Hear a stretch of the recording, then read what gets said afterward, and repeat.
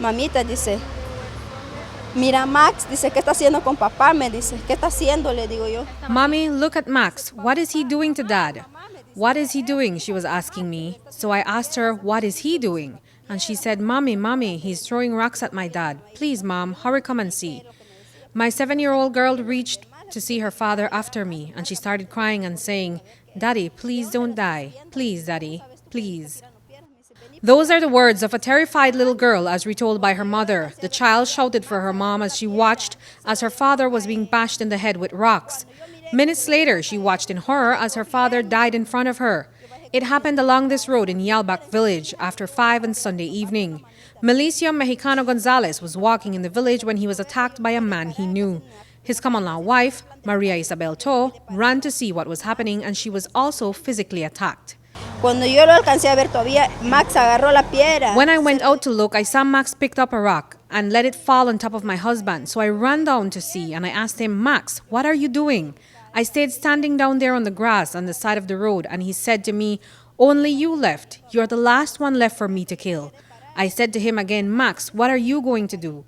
And that is when he grabbed me and hit me 2 times and held me in my hair. I screamed, and that is when he let me go and let me fall to the ground. But there wasn't much that To was able to do to help Gonzalez. She ran over to him, but she said that he was already badly injured, probably dead. Cuando yo fui a verlo, él estaba todo lleno de sangre, chorreado de sangre estaba. When I got up, I ran to where he was. He was covered in blood. There was blood all over. He was dead. Well, I think he was dead already. I couldn't touch him to see if he was breathing, but from the loud screams, I imagined he was already dead. So I cried and I called for help from my daughter. To says she is in disbelief because the men were friendly with each other. Earlier that day, the man known to the family as Maximiliano Williams ate lunch with Gonzalez and his family around midday here at the farmhouse where Gonzalez is the caretaker. The men started drinking together, and when Gonzalez had enough, he informed Williams that he didn't want any more liquor. But Williams didn't take the news well from his drinking buddy, and he proceeded to use threatening words towards the family. And he eventually left the house around 4:30 earlier that evening. He returned a second time and made wild allegations that To and Gonzalez wanted to kill him, but that he would get them first. Pues él era buena gente con todos. Somos todos amigos ahí, todos. He was a good person with everyone. We were all friends there. We were like neighbors who live close by, and we all meet up. Sometimes someone cooks and invite us, and we would cook and invite everyone over. We were all close, so the guy was at my house to ask my husband to help him with some work. We offered him lunch and he ate. He sat there drinking with my husband. Then he started saying crazy things, and I asked him to stop because he was saying these things in front of my 3 little girls, and those things were not true. He said to me, you and El Mexicano want to kill me.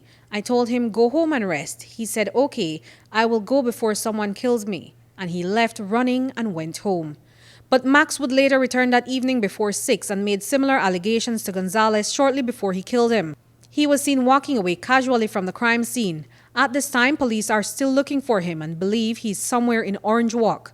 They say they don't know the motive but believe alcohol was a contributing factor. We have sent out a wanted poster for the person along with the picture, and we have informed all the formations them in the districts and the border points. We have recorded witness statements already. So you're positive that this man police are looking for, is the killer? We do believe that we have enough evidential material for a successful prosecution of the individual. Is there any, are you looking at perhaps this may be someone who may cross the border and leave because he's committed a crime? Well, as far as we know now that he's still within the area and he's heading towards Orange Walk. Reporting for News 5, I'm Andrea Polanco.